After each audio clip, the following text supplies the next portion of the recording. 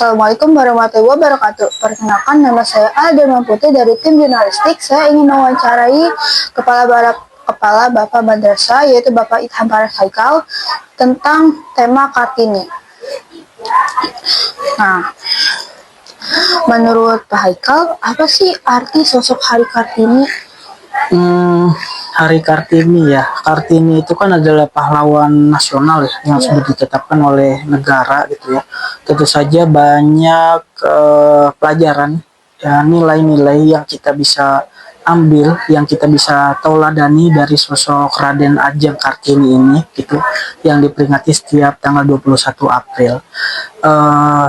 Tulisan yang paling terkenal itu kan memorinya tentang habis gelap terbitlah terang. Tentu saja Raden Ajeng Kartini adalah sosok perempuan yang mengangkat derajat perempuan dari perempuan-perempuan Jawa pada saat itu ya, dari masa-masa kelam mereka tidak berpendidikan, mereka hidup miskin, mereka juga menjadi budak penjajah kolonial pada saat itu ya.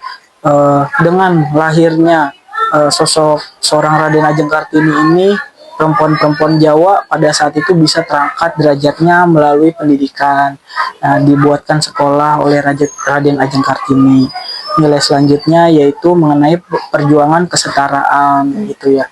Jadi antara laki-laki dan perempuan ini sama saja ya, sama-sama bisa mendapatkan akses pendidikan, sama-sama bisa mendapatkan pekerjaan gitu ya, dan juga memiliki derajat yang sama antara laki-laki dengan perempuan, harus diperlakukan sama, tidak ada lagi kekerasan ya pada seorang wanita begitu.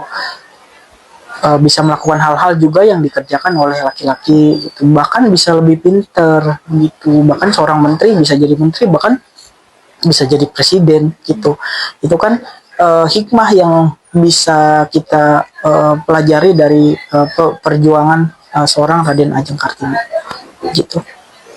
Untuk Pak Haikal, pertanyaan kedua, apa sih satu hambatan terbesar untuk perempuan menjadi pemimpin itu seperti apa? Saat ini tentu saja karena masih ada pandangan stereotip masyarakat mengenai patriarki itu ya, patriarki. Emang ini isu agak sensitif ya, karena terkait dengan budaya yang sudah kita anut dari dulu begitu. Karena perempuan nggak perlu sekolah gitu kan, perempuan nggak usah lah pinter-pinter, perempuan mah nanti ujung-ujungnya juga di dapur, di sumur, kayak gitulah gitu kan. Sebetulnya ini kan yang melemahkan jiwa semangat seorang perempuan untuk bisa maju dan berkembang begitu. Padahal tanpa kita sadari ya, pendidikan awal itulah seorang ibu begitu. Al-madrasatul awal itu ya seorang ibu begitu. Kalau ibunya bodoh, bagaimana dia bisa mau melahirkan anak-anak yang cerdas? Bagaimana dia bisa mau mengharapkan anaknya ini pinter kalau dia sendiri tidak sekolah, kalau dia sendiri tidak berpendidikan gitu. Tantangan terbesar sih itu ya, pandangan-pandangan stereotip masyarakat yang sampai sekarang masih beberapa sering kita temui begitu. Nah, untuk pertanyaan yang ketiga, apa sih pesan Bapak untuk perempuan muda yang ingin menjadi sosok pemimpin? Terus tetap semangat ya. Anda harus ingat bahwa perempuan dan laki-laki itu punya derajat yang sama gitu ya, punya kemampuan dan potensi yang sama gitu ya. Saat ini sudah diberikan akses pendidikan yang sama. Kalau zaman dulu mungkin perempuan nggak bisa sekolah, makanya dia nggak bisa jadi menteri, nggak bisa jadi presiden, nggak bisa kerja begitu, karena nggak dibekali skill, nggak dibekali ilmu pengetahuan. Tapi saat ini perempuan-perempuan di seluruh Indonesia hampir semuanya sudah bisa mendapatkan akses sekolah tanpa adanya diskriminasi. Oh, lu perempuan nggak bersekolah, itu enggak begitu. Jadi dengan dibukanya akses pendidikan bagi perempuan-perempuan di Indonesia ini, diharapkan dia bisa memaksimalkan kesempatan tersebut gitu. Saya lihat juga di beberapa kepemimpinan di sekolah ya, terutama OSIS, kita ketua OSISnya seorang perempuan ya, Keisha ya itu. Artinya kita juga sebagai sekolah ya madrasah itu menganut sistem kesetaraan sama itu, equality ya, sama-sama laki-laki dan perempuan sama-sama bisa mendapatkan kesempatan untuk menjadi pemimpin begitu. Tetap semangat, yang penting rajin belajar begitu. Jangan dulu pacaran-pacaran dulu lah begitu ya. Jadi fokus aja dulu sama pendidikan, sama karir, sama eskul, itu lebih baik buat buat kamu begitu. Kalau perempuan itu sudah sibuk dengan dunianya, dengan belajar, dengan mengasah skill, itu biasanya dia udah seleranya juga udah agak tinggi lagi tuh derajatnya begitu. Tapi kalau perempuan itu nggak punya skill, nggak punya ilmu, ya dia ya bakal jadi hanya sekedar apa ya, objek aja gitu. Kayak gitu aja. Iya, nggak susah majunya, hidupnya terlena oleh dongeng-dongeng kisah romantisme ya kayak gitu lah. Janganlah, kita sama-sama perempuan harus semangat, punya akses yang sama, punya tujuan yang sama untuk maju dan berkembang, punya tujuan cita-cita yang sama, pengen membahagiakan orang tua begitu. Makasih Pak. Iya, sama. Wassalamualaikum warahmatullahi wabarakatuh. Saya Alada Putri, pamit undur diri dari tim jurnalistik. Wassalamualaikum warahmatullahi wabarakatuh. Waalaikumsalam warahmatullahi wabarakatuh. Makasih Pak. Makasih ya, sama-sama. Assalamualaikum warahmatullahi wabarakatuh. Perkenalkan, nama saya Alda Putri dari tim jurnalistik. Saya ingin mewawancarai ketua OSIS yang bernama Keisha. Hai, saya Keisha. Saya menanyai tentang tema Hari Kartini. Menurut Keisha, apa sih yang dimaksud dengan Hari Kartini? Bagi saya, Hari Kartini adalah bukti bahwa siapapun bisa menjadi pemimpin. Tidak peduli itu laki-laki maupun perempuan, yang penting mereka mempunyai visi misi dan kerjasama yang baik. Nah, untuk pertanyaan kedua, banyak yang bilang pemimpin itu harus laki-laki. Bagaimana sih pendapat Keisha? Menurut saya, menjadi pemimpin itulah bukan soal jenis kelamin, tapi soal kapasitas di mana mereka mempunyai visi misi, mempunyai kerjasama, mempunyai tanggung jawab, dan bisa merangkul teman-temannya. Itulah yang layak menjadi seorang pemimpin.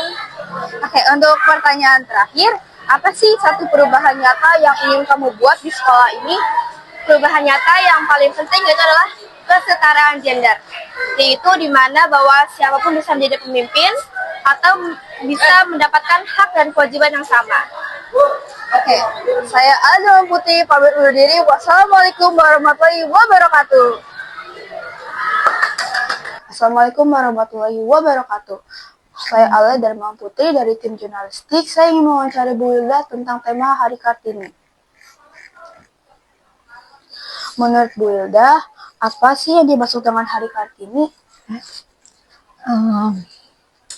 Hari Kartini itu sebetulnya bukan hanya perayaannya, tapi pengingat kita sebagai wanita, gitu ya, bagi perempuan, bahwa perempuan itu memiliki hak yang sama dalam pendidikan. Jadi kalau zaman dulu itu perempuan itu terbatas dalam pendidikannya, bahkan tidak boleh sekolah, yang sekolahnya laki-laki. Tapi kalau sekarang hak pendidikan wanita dengan laki-laki itu sama. Itu yang pertama. Terus yang kedua, perempuan itu punya peran penting dalam pembangunan bangsa. Katakan wanita itu atau perempuan itu adalah tiang agama, tiang bangsa. Itu. Kemudian di Hari Kartini ini juga perempuan itu memiliki karya, artinya mampu berkarya. Mampu berkarya itu berinovasi, kemudian bisa juga menjadi pemimpin. Bahkan di Indonesia kan sudah banyak ya perempuan-perempuan jadi pemimpin, bahkan jadi presiden aja Ibu Megawati seorang wanita. Nah itu makna dari Hari Kartini dikaitkan dengan kondisi saat ini. Nah, kali itu. Nah, untuk pertanyaan kedua, menurut Ibu sih, apa tantangan terbesar perempuan Indonesia dalam meraih impian di era sekarang? Tantangan paling terbesar itu perempuan di era sekarang itu. Jadi tantangan itu menjadi peluang, gitu ya. Tidak boleh ada diskriminasi antara perempuan dengan laki-laki. Kemudian tidak boleh juga ada kekerasan bagi wanita perempuan, karena sekarang di era sekarang aja perempuan itu lebih banyak diperlakukan dengan cara yang tidak wajar gitu, banyak ya kekerasan dalam rumah tangga gitu, kemudian juga kekerasan dalam haknya itu saat ini pun masih ada. Makanya sebagai wanita atau perempuan kita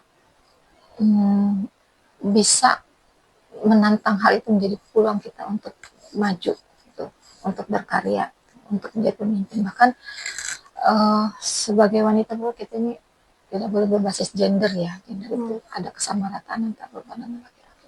Walaupun memang kodratnya perempuan itu ya perempuan gitu punya kodrat, tapi dengan kondisi sekarang ini perempuan harus bisa berjalan gitu dengan laki-laki, artinya bisa berjalan dengan posisi sama gitu dengan laki-laki.